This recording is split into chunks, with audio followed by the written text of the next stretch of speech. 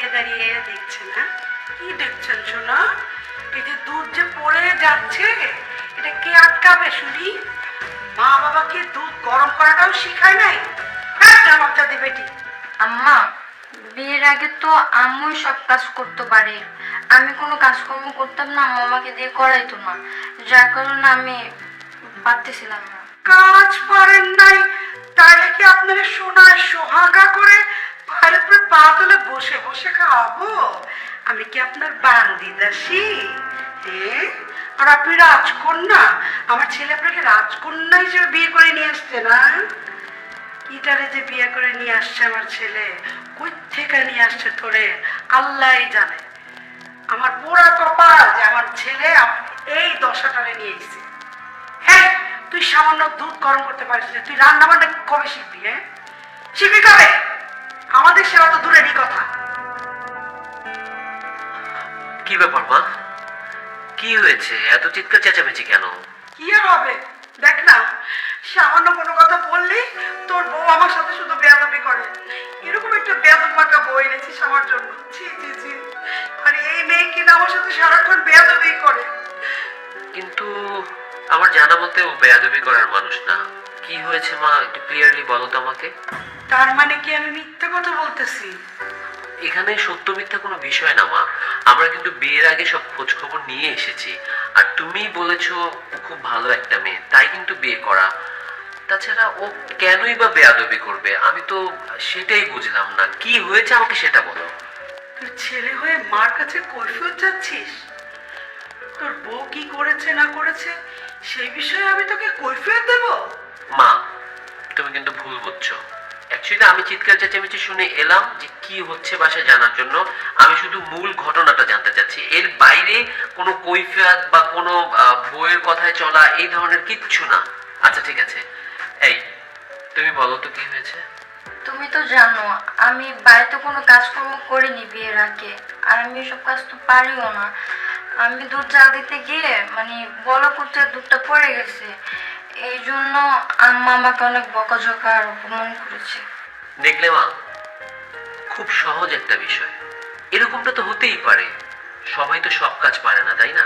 তাছাড়া যতটুকু জানি ও ওর বাসায় কোনো কাজই করতো না। তাছাড়া এখন ও তো তোমার বাড়ির বউ, তুমি সবকিছু একটু শিখিয়ে নাও। মা, তুমি কিন্তু বলেছিলে যে তুমি বাড়িতে কোনো বউ নয়, একটা মেয়ে আনতে যাচ্ছ। নিজের মেয়ের মতো করে মানুষ করে নাও না। তাছাড়া একটু রান্নাই তো সমস্যা হয়েছে, একটু দুধই তো পড়েছে, তুমি একটু বুঝিয়ে নিলেই তো সবকিছু হয়ে যায় মা। তুই আমার মুখে মুখে তর্ক করছিস? না মা, তর্ক না, আমি একটা সহজ বিষয়কে সহজভাবে বোঝানোর চেষ্টা করছি। আচ্ছা ঠিক আছে, আমার যে বোন, মানে তোমার একমাত্র মেয়ের যখন বিয়ে হলো, বিয়ের পরে তার ননদ কি বলতো? ওর কাজ নিয়ে হাসাহাসি করতো, কারণ ওকে আমরা বাসায় কোনো কাজ করতে দেইনি। তাই বলে তুমি কি বলেছিলে? বলেছিলে তো ননদ একটা ডাইনি, ওকে সামনে পেলে সব চুল নাকি তুমি ছিঁড়ে ফেলবে। আচ্ছা সেম কথা যদি আমার ওয়াইফের বাড়ি থেকে, মানে ওর বাড়ি থেকে কেউ বলে, তাহলে কি তোমার খুব ভালো লাগবে? মা, টিপিক্যাল শাশুড়ির মতো না হয়ে তোমরা যদি বউ শাশুড়ি একত্রিত ভাবে মা মেয়ের মতো থাকো, ভালোবাসে ভরে থাকো, তাহলে কিন্তু এই ধরনের ছোটখাটো বিষয়গুলো কখনোই সামনে আসে না। ঠিক আছে, এই শোনো, মায়ের মাথা একটু গরম আছে, আস্তে আস্তে ঠিক হয়ে যাবে। তুমি চলো, ঠান্ডা হলে আবার তুমি মায়ের কাছে এসো। আসো, চলো।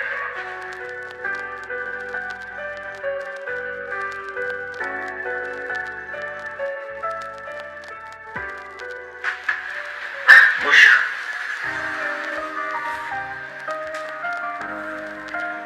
আচ্ছা তোমাকে একটা কথা বলবো? কি বলবে বলো। আমার জন্য যে মায়ের সাথে এরকম ব্যবহার করলে এটা কি তোমার ঠিক হয়েছে? দেখো, আমি মায়ের সাথে কোনো বাজে ব্যবহার করিনি। তারা যদি কখনো ভুল করে, আই মিন মায়েরা যদি কখনো ভুল করে, সন্তানদের উচিত তাদের বুঝিয়ে বলা। তাছাড়া মা তো সত্যি তোমার উপর একটু রেগে গিয়েছিল, এমনটা তো হওয়া উচিত না বলো। আমি তো মাকে খুব সুন্দরভাবে বুঝিয়েছি, আর আশা করি আমি যেভাবে বুঝিয়েছি এরপর মা নিশ্চয়ই তার ভুল বুঝতে পারবে। তুমি যা বলছো তাই যেন হয়। আচ্ছা শোনো, আমি মাত্র অফিস থেকে ফিরেছি, একদম ঘেমে একাকার। আমি একটু ফ্রেশ হব, তুমি কাইন্ডলি আমার জন্য এক কাপ চা রেডি করো, ঠিক আছে?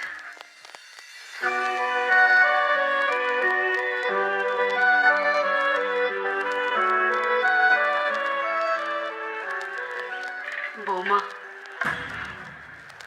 আমি আসলে অনেক অনুতপ্ত। তোমার সাথে আমি অনেক রুড বিহেভ করেছি। তুমি আমাকে ক্ষমা করে দাও বৌমা। আমি এতদিন তোমার সাথে অনেক অন্যায় অত্যাচার করেছি, অনেক খারাপ কথা বলেছি। আমি ভুলে গিয়েছিলাম আমারও যে একটি মেয়ে আছে, আমার মেয়েও তো শ্বশুর বাড়িতে আছে। তুমি আমাকে ভুল বুঝো না। বিশ্বাস করো, আমি আর কোনোদিন এমন কাজ করব না। এখন থেকে আমরা এবাড়ির সমস্ত কাজকর্ম দুই বউ শাশুড়ি মিলেমিশে করব। তুমি আমাকে ক্ষমা করে দাও বৌমা। না মা, আপনি সব কি বলতেছেন? আমি এ নিয়ে মন খারাপ করিনি। আর আপনি তো আমার মায়ের মতো, তাই না? মা একটু বলতেই তো সন্তান করলে এটা স্বাভাবিক বকাঝকা করবেই। আমি কোনো কিছু মনে করিনি।